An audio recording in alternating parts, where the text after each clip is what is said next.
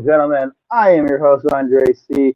This week, I am not joined by my co-host, Melball, as scheduling conflicts have kept us from here tonight, but I am here tonight to talk to you about the New Japan Pro Wrestling television title tournament, specifically the first 6 matches in the tournament. As of this recording, that was the first only matches that have happened because the next matches do not happen until October 26th, and then they follow up on the 27th, 28th, and 29th with the the semifinals and the final, or the semifinal, whatever it is. The next 2 rounds, and then the finals. The semifinals and the finals will be aired after that. So I am Andre C. Welcome everybody that is joining us here on Twitch on our live stream, and thank you to everybody who is watching on YouTube. When this comes out, I appreciate everybody's participation, whether you're on live or on video on demand afterwards. I appreciate all of you. So, without further ado, we are going to get into the TV title tournament. And the first of the matches we are going to talk to in the TV title tournament happened at Battle Autumn on October 14th. And it was David Finlay taking on Yoshi-Hashi Kanemaru. Now, I have a big load of notes, as I usually do. But all these matches, before we get anywhere, all the matches will be contested under 15-minute time limits. So for that, it's I think more or less it's going to be a TV title, so it's going to be limiting the time that we're going to see the matches. Which for this tournament, especially with who's in this tournament, it could have been a very long matches with the people that are in this. So it's quite interesting to see what will come from this tournament. So I do very much like that, and so I'm just trying to. Sorry, just give me one second, ladies and gentlemen. I forgot to put the actual TV title tournament, the TV title actually up. So I'm just bringing that up right now. Share, and it should be coming up on your screen. Yeah, I guess not. My computer isn't working, so I guess not. That's not coming. But it did kick off with David Finlay taking on Yoshi-Hashi Kanemaru in the first of the tournament rounds. And actually, I thought really good start to the tournament. I've been become David Finlay after this year's D1. I think has been a top talent for New Japan Wrestling, and like a lot of the people saying going forward, like he really involved himself in that tournament, and I think being in that tournament has really shown how good he is. So in coming into this, I think this is a perfect step up for him into this tournament. Like I could possibly see him as a winner of this. Giving him this championship gives him a great place to be. I want to give a shout out to all the Raiders coming in from the Member of the Game channel. Thank you so much, Adam, for rating the stream. I really appreciate it. And to all those tuning in now that came in along with Adam, thank you so much for joining in. Again, I'm talking the New Japan television title tournament. If you want to stick around and watch, I'm glad to have you here. So, and then he's taking on a man who has spent a lot of his time in the junior division in Yoshi-Hashi Kanemaru, and especially in the junior tag division with El Desperado. And was actually a really good match. I want to give a thank you, Squeak Nuts, for joining us here. I'm doing very good, just talking about some wrestling. But this actually started off pretty quick. A lot of good roll-ups. The first 2 minutes of this match, the first 4 to 5 minutes of this, were actually a lot of headlock, shoulder blocks, just a few forearm strikes. Yoshi-Hashi Kanemaru actually really great spot. Ran up, did a head scissors takedown, but kept the head scissors on to really work the neck, and it was really good. And they end up rolling it all the way to the outside, and literally Kanemaru keeps it on all the way to the count of 15 on the outside. Then he runs in, and Finlay gets back in right at the count of 19 to keep himself in the match. A lot of great stuff from here. Great moonsault off the top by Kanemaru. Got him a 2 count. Finley reversed the deep impact into Prima Nocta, his super stunner. Finley ended up reversing a satellite DT into another Prima Nocta, and then got the Blue Thunder Bomb. And then the ending of the match came when Finley got the Trash Panda, which is his kneecap brainbuster, for the 1-2-3. Finley moves on in this tournament. I thought wonderful first round match, the first of the first round matches, and it's really good. So we got Savagery coming in here. What's up? One question: which wrestler does everyone think has the best spinning wrestler business? I think the best spinning wrestler of all time has to be Arn Anderson. He's the man. The Double A threw down the best spine wrestler of them all. I don't think there's much of anybody better that ever did it than him. So that's my answer, anyways. But moving on to the next match of the tournament, it is Alex Zane taking on Zack Sabre Jr. Alex Zane actually quite new to New Japan Wrestling, only debuted back in May during the Best of the Super Juniors tournament, and taking on perennial New Japan wrestling, like pure wrestling god Zack Sabre Jr. This actually was a really good match because this is a clash of styles. Alex Zane is a very high flying, high impact kind of guy, where Zack Sabre wants to control the match, keep it to the ground. I thought wonderful match from these two. Just some of the highlights from Zane, where he's just does a running corkscrew splash just from his feet. Like he just all his moves is I got it written down here. What was it called? The taco driver. His taco driver, insanely funny. It's Baja Blast, really good.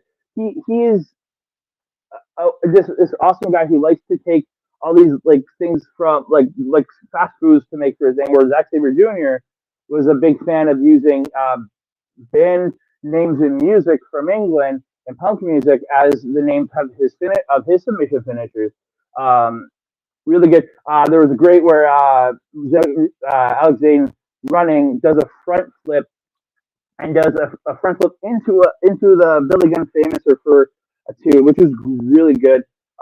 Sabre catches him with a Euro clutch at one point, getting a 2 count. And yeah, I really impressed with both these men. And with Zane really keeping it as like more of a standing, running, moving impact style match compared to what Sabre usually likes to wrestle. I thought was really good. Zane at one point catches this kick and just cracks Sabre across the face and just slaps him super hard, and then hits this crazy clothesline. Really good. Sabre ended up reversing a taco driver into an arm and triangle choke for any of MMA fans out there. But then Alex Zane then turns it into a power bomb, and a vicious looking power bomb. Zane did go to the top from there, went for the cinnamon twist, which is his corkscrew senton, but misses, and Sabre gets an arm leg stretch, but Zane did get the rope. And then Zane went for another taco driver, and Sabre reverses that into a knee bar and gets the submission victory. But when Zane tapped, it was actually 14 minutes 55 seconds, which was 5 seconds before the time was to expire. So Sabre just getting that submission last second, which was just beautiful. To list speak nuts. Who would you take? Undertaker, Kane? It's Undertaker. Simple, 100%. It's definitely the Undertaker. Yeah. But before we move on, I want to. Where is text? It is. I want to move at the top of your screen. You are very much seeing. That didn't mean to go that way. You're seeing Rogue Energy. This is a sponsor here on NJPW Puroresu Review and Andre Melball Wrestling Talk with in association with OLE. Go to rogueenergy.com to get your energy drink supplements today, all natural. If you use the code OLEPAUSE, you get 10% off your order. So please check them out. As they again, supporting them supports us. So thank you. please support them.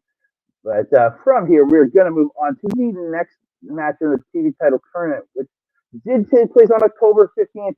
And this is against a man named Aaron Hanare, who's part of one of my favorite groups in professional wrestling in the United Emperor, taking on Evil, a man who I dislike so much, and is part of one of the least terrible factions in professional wrestling in the House of Torture. I didn't dislike this match as much as I usually dislike Evil matches, but there was still a lot of House of Torture shenanigans. Hanare did get some great offense in, but again, it was really overshadowed again by the Togo turning off the lights, Togo the low blows, the Togo's attempt at a garrote, but Hanare fought him off. It's a lot of the same like spiel you get from Evil a lot. Hanare did get some good stuff in. He did get a beautiful snapmare and then kick right to the spine. Like his kicks, I can't say this enough. His kicks are lethal. They hurt. They look like they hurt so very much. Like they do not look pretty. They don't look. They're very pretty, but they don't look. They look like they feel very good getting kicked. One cool spot where actually Hanare got Evil in the ropes and hit the very much reminiscent of Sheamus, and it's the beats of Barroom hitting the forearms to the front of the chest while he's tied up in the ropes. I thought beautiful spot, and again for a character like his, actually I thought a very good maneuver to put into his arsenal, especially with his striking based attack and everything that he does. Blue Thunder Bomb by Hanare after taking Togo off the rope, but he only got a 2 count. Hanare did get full Nelson, which is his submission finisher, Ultima on, but that's when the lights went out, and that's when I went, oh, more of this crap. And it hadn't been too bad, other than a little bit of Togo interference at that point. The light goes out. Hanare is on the mat holding his crotch.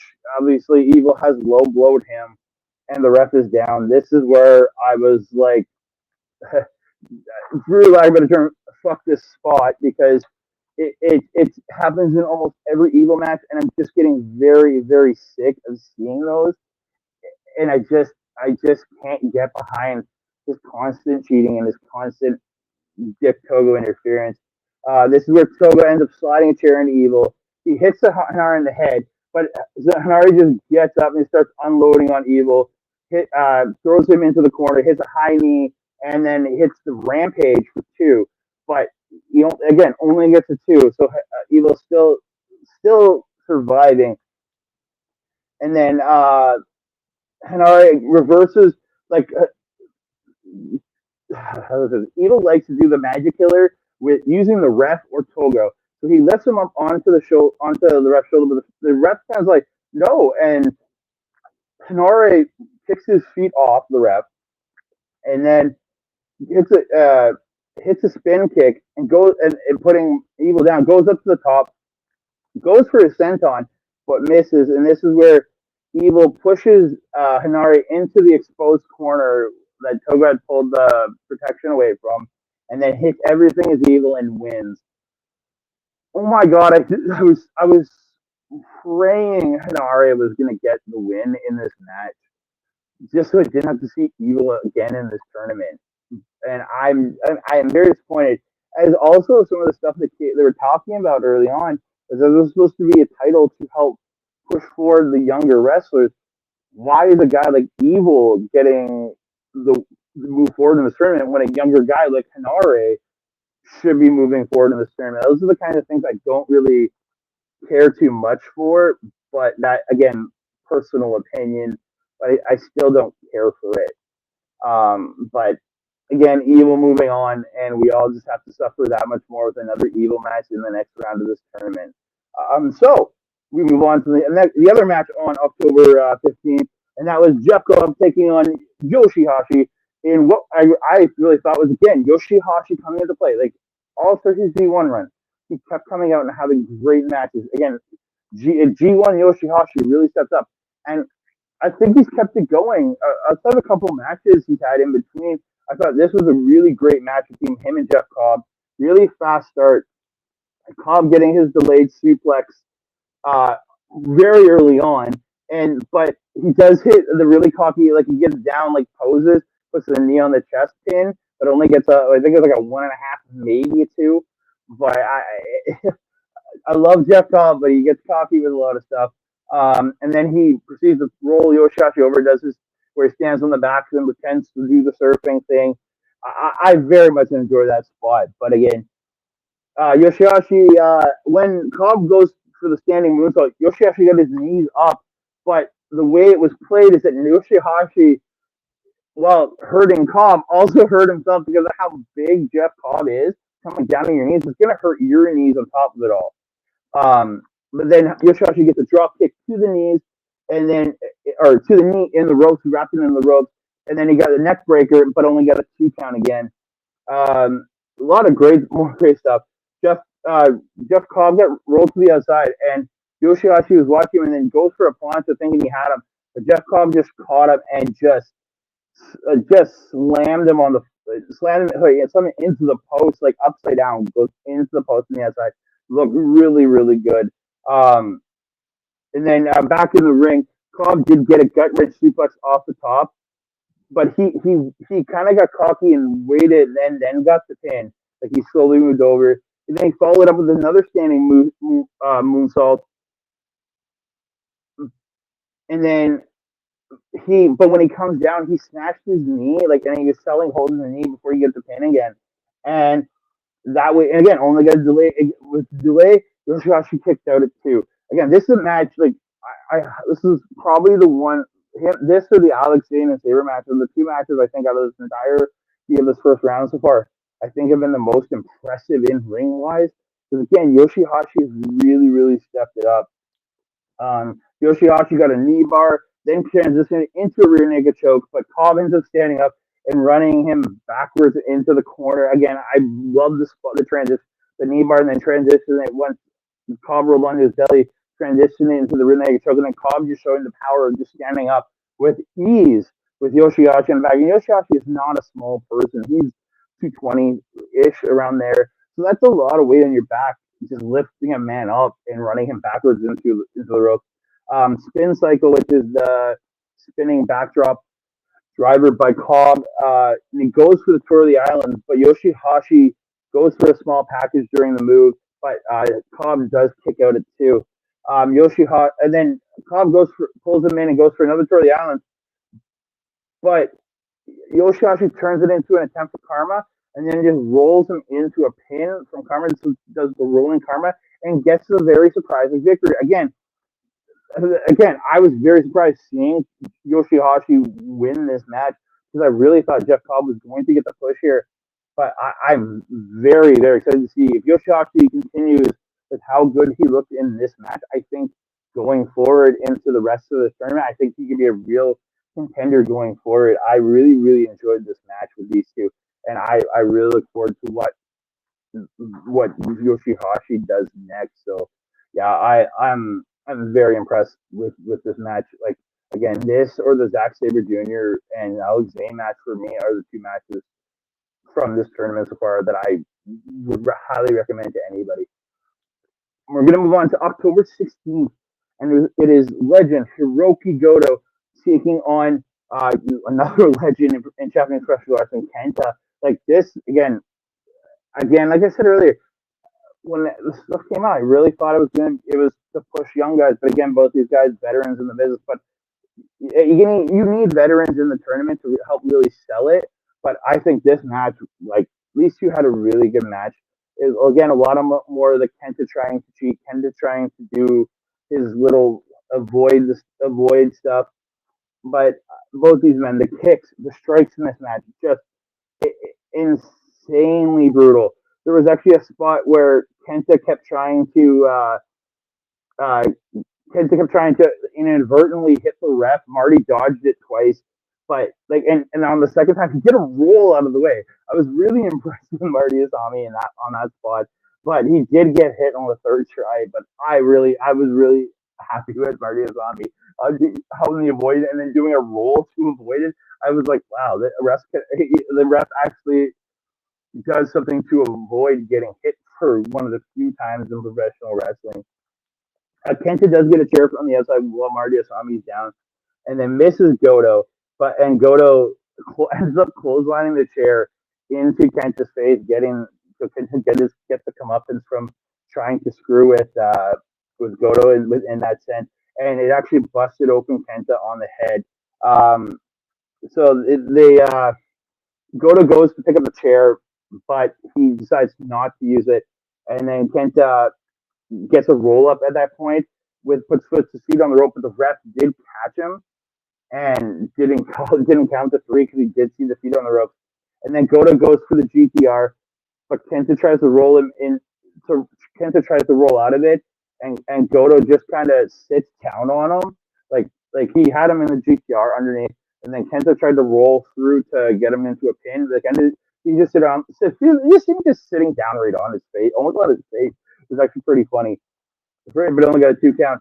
And then Kenta lifts him up, goes for the GTS, but it comes down, and Goto kind of turns as he comes down, and he doesn't really catch him, and then so he immediately picks him back up, lifts him up, and successfully hits the GTS for the 1, 2, 3, and Kenta is moving on in this tournament. Again, really great match between the two of them. It's the same. It's Kenta's constant need to go out and get chairs, try to knock refs over, do the dirty things. Again, he's playing heel. I get it, but you don't have to do a lot of those tactics to play heel. I think you just kind of have a little when it's almost every match you're trying to get a chair in there or trying to take a ref out. That's when it gets repetitive. But he's very good at what he does. At least I really still enjoy everything else about his in-ring work. So he'll never be at the Evil level. I just wish he would stop with doing the chair stuff almost every match, trying to knock the ref down every match. I just wish he would do it a little bit less. That's the main thing here. So, but again, he still had a really great match, I thought. And then now move on to the final match in the of night 16. Again, the final of the 6 matches that have come out since as of when we're recording this. It is Taichi taking on Sonata. And actually, a really cool spot at the start was when Taichi was in the ring after his entrance, and Sonata came around. Sonata got onto the apron to take his mask off, and Taichi just rolls up beside him, and they takes the mask off with him. So they both have the mask on during their entrance. I thought, I was like, I like that spot. I like that little, because they've been doing this thing in the past while through the Burning Spirit tour, where they were wrestling each other, but doing competing with each other a bit, which did go into the match a bit, where they do a push-up, where Taichi challenges Sonata to a push-up contest. And they think they each did about 3 or 4 push-ups before Taichi jumps to his feet and jumps on Sonata, getting a Gato clutch. But then Sonata pretty much immediately reverts into a Kona roll, which Taichi gets out of. And then Sonata ends up hitting a dropkick and goes to the top and misses the Muda moonsault, and Taichi hits the Axe Bomber clothesline and then gets a powerbomb. It brings him down to this. It was really, I don't think he had him the right way, and it came down really odd where he was trying, I think Sonata tried to do a Rana off his shoulders, and then he brought him back up, but took him with a weird angle powerbomb. So yeah, it was just odd thing, but in the chat is my co-host Melball. Man, I wish you would have been here at the beginning to join me. Come on, jeez. But scheduling conflict. I think she's on her phone somewhere. While she's watching this with what she's doing. But again, shout out to Melball. I'm sorry you couldn't be here tonight, but I miss you. I miss you dearly. So, but she will be back on very soon, hopefully, to do some wrestling with me. So she'll be back on soon. Trust me. So yeah, but yeah, there was some really good stuff. Taichi, as always, he gets the Greco-Roman throat hold, as Kevin Kelly likes to call it. It's the illegal choke, but Kevin Kelly always gives it. It's like, no, it's a Greco-Roman throat hold. It's legal. But Melball saying, yeah, sorry, but she promises next time she won't disappoint. So yeah, she'll be here next time. So. Yeah, she will be back for the next time we do a stream like this. But yeah, I thought these two had a really good match. At one point, it's the spot that I think everybody loves in a Taichi match. Boom! Off comes the pants. It's Taichi. Again, I'm learning to appreciate a few things more and more of that man every time I watch him wrestle.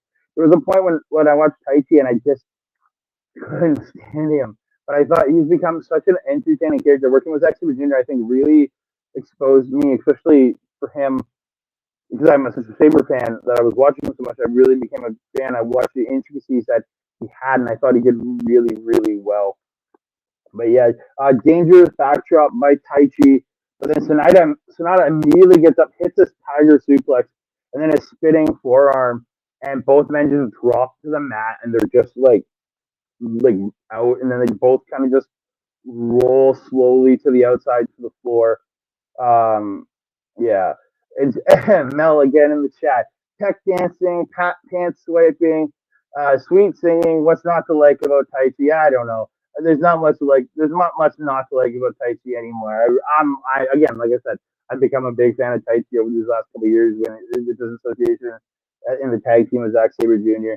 Yeah, both men roll to the outside, and they're both sitting on the outside until like literally the count, like the announcer says 19, and that's when both men get up and just barely get back into the ring, just as the ref was about to count 20. And it was just like a great spot, like to really sell the guys on the outside. Sonata goes for a suplex, but Taichi blocks it and hits like this beautiful Marafuji hook kick. I think, yeah, I'm going to say I'm wrong person, but just beautiful hook kick. And then a huge punch to like just right across the jaw by Taichi and just hits his the Enziguri, or as he calls it, the Gamangiri. Then gets a stacked power bomb, but only gets a two. Like this is, and they're getting closer and closer and closer to the end of this match. Like it's just coming and then coming. You can hear the announcer, like the announcer over the loudspeaker calling time, and then Taichi goes for Black Mephisto, but it's countered into a Tiger Driver powerbomb by Sonata. But Sonata doesn't get to go to the pin. They both kind of just lay there. And then Taichi went for Black Mephisto again. And then Sonata had him up on his shoulder to try, like, blocked. It was looked kind of like a Dominator, I'm not sure, but it got blocked. And Sonata gets the skull end. Like, they're doing a bunch of reversals. They get the skull end in and gets the hooks in. It's with one. They're at 1 minute. The announcer's calling 1 minute at this point. And again, it's getting like you can see these guys really trying to get this thing. Sonata eventually abandons the skull end and goes for the moonsault. Gets it, but only gets a two. Sonata then goes back up to the top. But when he goes for the moonsault, Taichi gets the knees up, and Taichi gets a 2 count out of it. Taichi then immediately tries to go for the Gato, goes for the Gato clutch, but Sonata reverses it it goes kicks out at 2 and then reverses it, and he gets the O'Connor roll with the bridge with 3 when the ref counts 3 and the bell goes. There is 3 seconds left on the clock. Again, it is 2 matches in the span of 3 days that almost went to the time limit. Like it's been just a beautiful the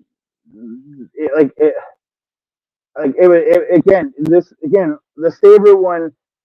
The announcers weren't calling the time so much. They were really like Kelly was really talking about it in this one. You can hear the announcer over the loudspeaker really calling out like 1 minute 30 seconds, and it was really tense at the end. And Sonata getting that pinfall with like 3 seconds left was just beauty.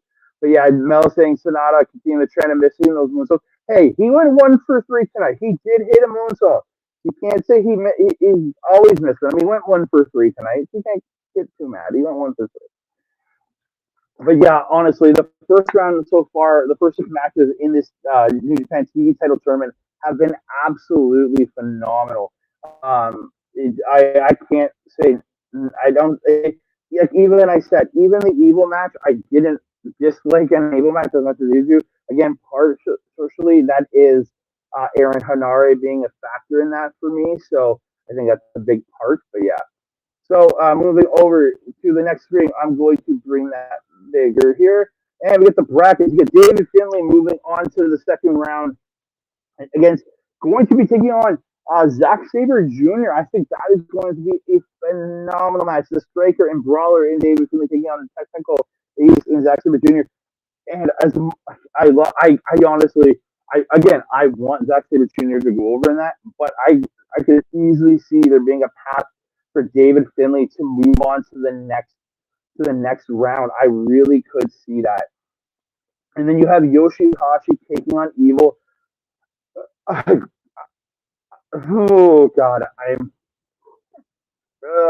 don't know how I'm gonna feel about that. I hope Yoshi-Hashi shows up and has the best match possible, and I hope Goto or Hiroki Goto can help him in Melball, just laughing away at my reaction to an Evil versus Yoshi-Hashi match. But yeah, that one's gonna be. I don't think it's gonna be bad. It's gonna be rough, and I hope Goto is there to help stable up Gato and the rest of the House of Torture. But I don't know. And then the other, I guess, I guess this was the quarterfinals. I apologize. The next other match in the next round of the tournament is going to be Sonata taking on Kenta. That's going to be great, ladies and gentlemen. Sonata and Kenta are going to kill it in there. I think absolutely both these men are going to kill it. So, just for your clarification, October 26th, we're getting Ren Narita versus Tomohiro Ishii. Same with Toriano versus the Great Khan, which I don't even know what to think of that match. And then on the 27th, we get David Finlay versus Zack Sabre Jr. On the 20, again on the 27th, Yoshi-Hashi taking on Evil. And then on the 30th, we get Sonata taking on Kenta. Also on the 30th, you're going to get the winner of Ren Narita versus Tomohiro Ishii taking on Toriano versus the Great Khan. And then the semifinal matches will be on November 5th, the final night of Battle Autumn. And the winner, the two final people living in this tournament will meet in the championship final at Wrestle Kingdom. I think that is a perfect place to end this tournament. And again, that guarantees a Wrestle Kingdom match is going to be under 15 minutes. That makes me so happy because that's going to be a long show as it is every year. So I'm excited that it's only going to be 15. We know we're getting at least 1 minute match. It's going to be under 15 minutes. And I would love to see if this all came down. Because they're saying if a match ends in a time limit draw or a double counter or something, they're going to flip a coin. Now, to me, the best is going to be if this match comes down to it goes 15 minutes and they have to flip a coin to see who is the first champion. Oh God, I will laugh so hard. Melball saying don't lose that dinner, but actually I didn't end up eating before this, so I'm good. But yeah, I would love that would be to me the funniest way to end this tournament because that belt is kind of belt. It looks very. A lot of people are very unhappy with the way that belt looks, and I'm one of them. It is not a pretty belt. So from here, like I said, there's Toriano taking on the Great Khan on October 26th, along with Ren Narita taking on Tomohiro Ishii. I think honestly, I really, really, really want them to put Ren Narita over on Tomohiro Ishii. Honestly, if this man wins the tournament, that'll make that belt, in my opinion, if Ren Narita wins this tournament. Because again, you're pushing a youngster who you want to be the next Kazuchika Shibata, and this man going up against other people on and this title will be every match for this is free on New Japan World, along with it'll be linked on their social media, so you can come and watch any of these matches for free. You don't have to pay the $9.99 a month for New Japan World, but if you want to, there is so much more there if you want to sign up for that. But I do want to feature coming up on Friday, October 28th, 6 p.m. Mountain Standard Time, or 8 p.m. Eastern for all you people that know Eastern Time better. It will be Rumble and 44th Street Sidecast. It will be me, and I'm not 100% sure if Melball is going to be there or not. She's going to let me know soon, but I will be there for sure. I'll be watching along with the Rumble on 44th Street out of New York City, New York. So it will be at a properly decent time, unlike the last time we did a live stream at 2 a.m. to 6 a.m. That was brutal. But yeah, Melball, the championship looks like a credit card with 0 credit. Yeah, very much so. Yeah. And then Melball said she is 50-50 on if she'll be at the live show or not. Again, No pressure, Mel. I'm just saying I would love to have you if you can join me. But yeah, so we are going to be I am going to be showing that. I'm not showing the show. Oh no. I will just be on screen talking about it as the show goes on. So on that card for what's been announced so far as of today, October 22nd, when I'm recording this, Clark Connors taking on Minoru Suzuki. I think this is going to be phenomenal. Clark Connors is being built up as this wonderful wrestler from the Katsuyori Shibata dojo in LA. And Minoru Suzuki, one of the most brutal wrestlers in professional wrestling. He will just, this is going to be one, as JR would say, one heck of a slobber knocker. Then you have the Motor City Machine Guns taking on the DKC and Kevin Knight taking on the current strong openweight tag team champions, Aussie Open and Kyle Fletcher and Mark Davis.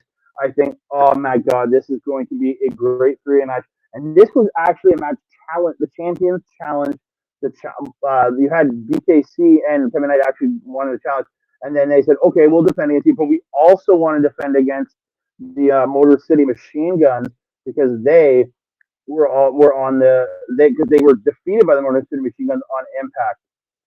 Mel saying she would love to join me, and then Asher saying yes, Asher, thank you for dropping in. I very much appreciate you being here. But then from there, the next match is Rocky Romero and Yo taking on Yujiro Takahashi and Show. At least October is not going to be there, thank Christ. But again, you're going to get House of Torture antics, and I look forward to seeing what this match could be, but I don't think it's going to be the cleanest match, and it's going to be a lot of House of Torture antics with them like, God. It's one of those ones where when I see anybody House of Torture, I'm just like, do I have to watch this? But I'm going to because it's going to be part of the pay-per-view. And then we are getting Shingo Takagi taking on El Phantasmo. So they haven't decided what the stipulation is going to be. It's either going to be show me your, I think it's a show me your daddy match, which I'm not even sure. I can't remember who it is. But then it's the other, or it's going to be a New York City street fight. It is currently being voted for on Twitter, on the New Japan Pro Wrestling Twitter account. So yeah, Melball calling it Battle of the Daddies. Well, it's the Battle of the Daddy and El Phantasmo because Shingo Takagi did win that match. He's officially the daddy. And yes, and with Yujiro Takahashi, we might see Peter, but that's if she wants to travel over to North America. So will she? We don't know. No, Mel, he does not. He's already been spanked once. He doesn't need to be spanked again. No, I don't ever need to see that on a professional wrestling broadcast. So please, God, no. And then your main event of the evening, at least as of right now, I don't think there can be anything else be the main event. And that is Juice Robinson and Jay White. Juice Robinson, the man who's always lying to us, always saying he's going to be, he's always not with New Japan or no, you're with New Japan. You're just lying to us over and over again. Juice Robinson, member of the World Cup, and with the leader of the World Cup, Jay White, the current IWGP Heavyweight Champion, taking on Kazuchika Okada, the man that will challenge him on January 4th, and Eddie Kingston, who he's been feuding with. And yes, the Rock Hard Screamer Juice Robinson, the man who just keeps lying to us all. But yeah, I'm really looking forward to seeing what this match will bring because I'm a big fan of Jay White. I've really become a huge fan of him over the last few years since he's returned to New Japan. I think he's absolutely phenomenal, one of the best heels going in professional wrestling. Juice Robinson, when he wants to be on, he's really, really good in the ring. Again, yeah, you're right, Mel. This will be a banger, actually. You better be watching this.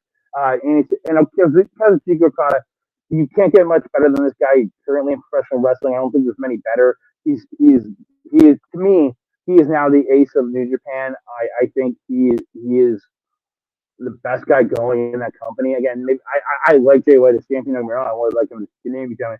But Chico Okada is wonderful. And then Eddie Kingston. Again, I'm not the biggest fan of Eddie Kingston, but he always delivers for crowds, and he makes a lot of people happy. And his style should get me excited. It's his character that I just can't get behind. I don't know what it is. I don't know what it is. Ash is saying she does love Eddie. Again, like I said, I'm just not a big fan of the guy. But again, he is a very, very popular professional wrestler these days, and all the power to him. Like, use it, get over. You're doing something again. You're doing something right. Again, I don't see it, but again, that's just a personal opinion. He's doing great in the world of professional wrestling. But as it is, that comes to an end of this stream and this episode of the New Japan Puroresu Review. I want to thank everybody who turned up in the chat. I want to thank Adam for the for his raid earlier on. That I really really appreciate that. Astrid, thank you for showing up. Mel, thank you for coming in and give it. Maybe my co-host from the chat. Ash is saying, I especially love the way he isn't afraid to talk about his mental health. I 100%, I respect Eddie Kingston for being an advocate for mental health, especially for men, where men, it's very stigmatized for us. Again, it's stigmatized for everybody, but again, I know, especially being a man myself, I've dealt with mental health issues. I hope everybody who has ever had mental health issues can get out there and get help. But I've struggled with them myself, and when he's out there talking about mental health issues and really advocating it, especially for men too, because we don't get a lot of support in mental health and what we should be getting mental health. I really respect Eddie Kingston for that. But again, just not a fan of the character. I love Eddie Kingston, the man behind it all. And as to say, mental health is very important to bring life for everybody, men, women, children. It's a lot of us struggle every day, so if you can get help. But from here, thank you very much. Check out this coming Friday, October 28th. It will be myself on stream. Hope maybe Melball will join me. You never know who else might drop in the chat. We'll be watching the New Japan Rumble on 44th Street pay-per-view, 8 p.m. Eastern. Please come and join us. You can check out all of our stuff on our YouTube page, Andre and Andre and Melball Wrestling Talk on YouTube, or you might be watching us on Backbreaker Video. Our good friend Mike the Rep, I want to thank him very much for putting all of our stuff up, and thank you so much, my friend. Before we go, I want to give a big shout out to Rogue Energy. Thank you so much for sponsoring OLE Pods and us being part of that.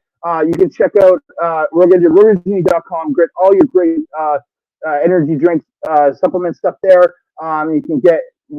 I know my partner in crime, Melball, has just recently got her package in, and yeah, she's a big fan. Right here, yeah, buddy. Yes, yeah, Melball. We gotta support Rogue Energy there.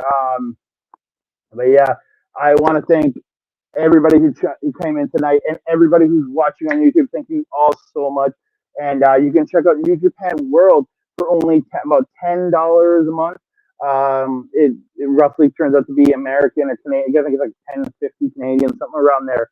Not too bad to get some great Japanese wrestling. And for anybody wanting to see the New Japan Pro Wrestling TV title tournament, all matches will be free on New Japan World after the broadcast is over, so that anybody can watch them, because this TV title is meant for social media, for their TV in Japan. So please check it out. So thank you all so very, very much. And yeah, Melball got us the Shirakawa special, as we call it, from Rogue Energy. Check it out. But yeah, thank you everybody for joining us, and we will see you very, very soon.